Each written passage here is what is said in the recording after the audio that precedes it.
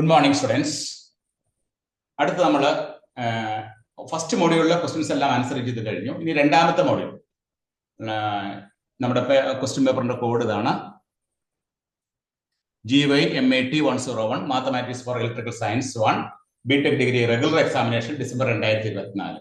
അതായത് സിലബസ് റിവിഷന് ശേഷം വന്ന ആദ്യത്തെ യൂണിവേഴ്സിറ്റി ക്വസ്റ്റ്യൻ പേപ്പറിലെ ക്വസ്റ്റ്യൻസ് ആണ് ചെയ്യുന്നത്. ഒന്നാമത്തെ മോഡ്യൂളിൽ ലീനിയർ ആൾജിബ്രയിൽ ചെയ്തു കഴിഞ്ഞു. രണ്ടാമത്തെ മോഡ്യൂളായ ഡിഫറൻഷിയേഷനിലെ ക്വസ്റ്റ്യൻസ് ആണ് നമ്മൾ ചെയ്യാൻ പോകുന്നത്. അതിൽ പാർട്ട് എയിൽ ചോദിച്ചിരിക്കുന്ന ക്വസ്റ്റ്യൻസ് നോക്കാം. പാർട്ട് എയിൽ ചോദിച്ച ക്വസ്റ്റ്യൻസ് അതാണ്.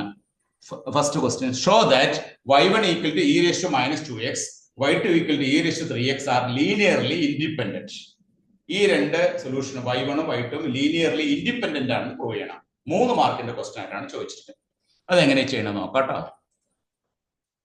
അപ്പൊ ഇങ്ങനെ ഒരു ക്വസ്റ്റ്യൻ വന്നു കഴിഞ്ഞാൽ അത് ചെയ്യാനായിട്ട് നമ്മൾ അതിന്റെ റോൺസ്കിയൻ കോൺസ്റ്റന്റ് കണ്ടുപിടിക്കാം. റോൺസ്കിയൻ കോൺസ്റ്റന്റിന്റെ ഫോർമുല എന്താണ്? y1 y2 y1 dash y2 dash. ഇതാണ് ഫോർമുല. ആ ഫോർമുലയില് y1ന്റെ സ്ഥാനത്ത് കൊടുക്കാം e raised to minus 2x, y2ന്റെ സ്ഥാനത്ത് e raised to 3x, y1 dash എന്ന് പറഞ്ഞാൽ എന്താണ്? e raised to minus 2x ന്റെ ഫസ്റ്റ് ഡെറിവേറ്റീവ്. ഫസ്റ്റ് ഡെറിവേറ്റീവ് എന്താണ്? e raised to minus 2x into minus 2. y2 ഡാഷിന്റെ ഫസ്റ്റ് ഡെറിവേറ്റീവ് എന്താണ്? e raised to 3x into 3. Determinant calculate ചെയ്യുമ്പോൾ നമുക്ക് എന്ത് കിട്ടും? 3 into e raised to minus 2x into e raised to 3x. Then ഇങ്ങനെ ചെയ്യുമ്പോൾ നമുക്ക് കിട്ടും minus 2 into e raised to 3x into e raised to minus 2x. ഇനി ഇത് സിംപ്ലിഫൈ ചെയ്യുമ്പോൾ നമുക്ക് എന്താ കിട്ടുന്നത്? 3 into e raised to minus 2x into e raised to 3x എന്ന് പറഞ്ഞാൽ x raised to m into x raised to n എന്ന് പറഞ്ഞാൽ എന്താണ്? x raised to m plus n ആണ്. അപ്പൊ അതനുസരിച്ച് e raised to minus 2x 3x കൂട്ടിക്കഴിഞ്ഞാൽ e raised to x വരും.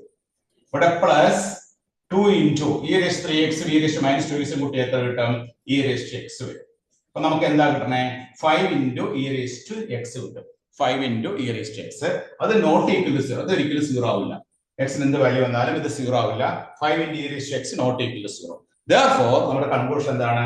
Therefore y1 y2 are linearly independent.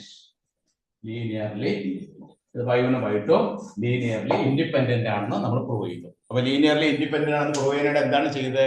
Wronskian constant w കണ്ടുപിടിച്ചു. Wronskian constant കണ്ടുപിടിക്കാനുള്ള formula എന്താണ്? ഡിറ്റർമിനന്റ് ഫസ്റ്റ് റോയില് y1 y2, സെക്കൻഡ് റോയിൽ എന്താണ്? y1 dash y2 dash. ഈ y1ന്റെ first derivative y2ന്റെ ഫസ്റ്റ് ഡെറിവേറ്റീവ്. അപ്പൊ y1 ഡാഷ് y2 ഡാഷ്. അപ്പൊ y1 എന്ന് പറഞ്ഞാൽ എന്താണ്? e raised to minus 2x, y2 എന്ന് പറഞ്ഞാൽ e raised to 3x. y1 dash എന്ന് പറഞ്ഞാൽ എന്താണ്? e raised to minus 2x ന്റെ ഫസ്റ്റ് ഡെറിവേറ്റീവ് എന്താണ്? e raised to minus 2x into minus 2. y2 dash എന്ന് പറഞ്ഞാൽ എന്താണ്? e raised to 3x ന്റെ first derivative e raised to 3x into 3. ഇനി നമ്മൾ ഡിറ്റർമിനന്റ് കാൽക്കുലേറ്റ് ചെയ്യുമ്പോൾ 3 into e raised to minus 2x into e raised to 3x minus 2 into e raised to 3x into e raised to minus 2x. x raised to m into x raised to n എന്ന് പറഞ്ഞാൽ എന്താണ്? x raised to m plus n. ആ result apply ചെയ്യുമ്പോൾ e raised to minus 2x ഉം e raised to 3x ഉം കൂടി multiply ചെയ്യുമ്പോൾ e raised to minus 2x plus 3x e raised to x. അതുപോലെ തന്നെ plus 2 into e raised to 3x ഉം e raised to minus 2x ഉം multiply ചെയ്യുമ്പോൾ e raised to 3x plus minus 2x e raised to x. ഇത് രണ്ടും add ചെയ്യുമ്പോൾ 5 into e raised to x. x ന് എന്ത് വാല്യൂ വന്നാലും ഇത് നോട്ട് ഈക്വൽ ടു 0 ആയിരിക്കും. 5 into e raised to 5 into e raised to x not equal to 0. Therefore our conclusion എന്താണ്?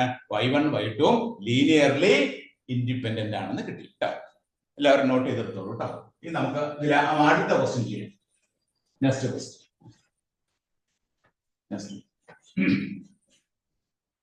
Next question എന്താണെന്ന് നോക്കിയേ.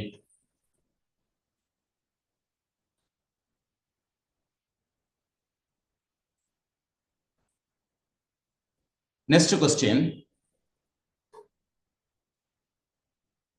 നാലാമത്തെ ക്വസ്റ്റ്യൻ സോൾവ്. ഇതാണ് നാലാമത്തെ ക്വസ്റ്റ്യൻ. Solve ordinary differentiation. രണ്ടാമത്തെ question solve y double dash plus 3y is equal to 0. ഇതാണ് ordinary differentiation എന്ന് വന്ന മറ്റൊരു സൊല്യൂഷൻ കാണാനാണ്. y ഡബിൾ ഡാഷ് ഒരു സെക്കൻഡ് ഓർഡർ ഓർഡിനറി ഡിഫറൻഷിയേഷൻ ആണ്. y double dash plus 3y equal to 0 ആണെങ്കിൽ y എന്താണെന്ന് കണ്ടുപിടിക്കണം, സൊല്യൂഷൻ കണ്ടുപിടിക്കണം. അതാണ് ആ ക്വസ്റ്റ്യൻ. ആ ക്വസ്റ്റ്യൻ ആൻസർ നമുക്കൊന്ന് ചെയ്ത് നോക്കാം കേട്ടോ. ഈ ക്വസ്റ്റ്യൻ ചെയ്യാനായിട്ട് നമുക്ക് ഇതിന്റെ സൊല്യൂഷൻ കണ്ടുപിടിക്കണം. സൊല്യൂഷൻ എന്ന് പറഞ്ഞാൽ എന്താണ്? Solution y is equal to complementary function ആണ്. ഇവിടെ റൈറ്റ് ഹാൻഡ് സൈഡ് ഒന്നും ഇല്ലാത്തതുകൊണ്ട് കോംപ്ലിമെന്ററി ഫംഗ്ഷൻ തന്നെയാണ് അതിന്റെ solution. y double dash plus 3y is equal to 0 നമുക്ക് എങ്ങനെ എഴുതാം? d square plus 3 into y is equal to 0 എന്ന് എഴുതാം. Therefore, actually the equation എന്താണ്? Actually equation will be m square plus 3 is equal to 0 എന്ന് വരും. അപ്പൊ m square സമയം എത്ര കിട്ടും നമുക്ക്? m square is equal to minus 3 എന്ന് കിട്ടും. m square is equal to minus 3 എന്ന് കിട്ടും. m square minus 3 ആണെങ്കിൽ m ന്റെ വാല്യൂ എത്രയാണ്? റൂട്ട് ഓഫ് മൈനസ് 3 എന്ന് പറഞ്ഞാൽ എന്താണ്? That is equal to plus or minus root 3 into i. m is equal to plus or minus root 3 into i. Roots are alpha plus or minus I beta. Roots are imaginary ആണ്. Roots are alpha plus or minus I beta. അതായത് നമുക്ക് കിട്ടിയ Roots എന്താണ്? Roots is equal to m is equal to 0 plus or minus root 3 into i എന്നാണ്. ഇവിടെ alpha എന്ന് പറഞ്ഞാൽ എന്താണ്? 0. ബീറ്റ എന്ന് പറഞ്ഞാൽ എന്താണ്? Root 3.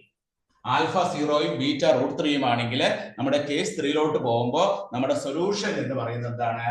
y is equal to complementary function equal to c1 നമ്മുടെ ഫോർമുല അനുസരിച്ച് e raised to alpha x c1 cos beta x plus c2 sin beta x ആണ് നമ്മുടെ formula. Alpha plus or minus I beta ആണെങ്കിൽ നമ്മുടെ solution എന്ന് പറഞ്ഞാൽ c1 cos beta x plus c2 sin beta x. ഇവിടെ y is equal to എന്താണ്? ആൽഫയുടെ സ്ഥാനത്ത് എന്ത് എഴുതാം?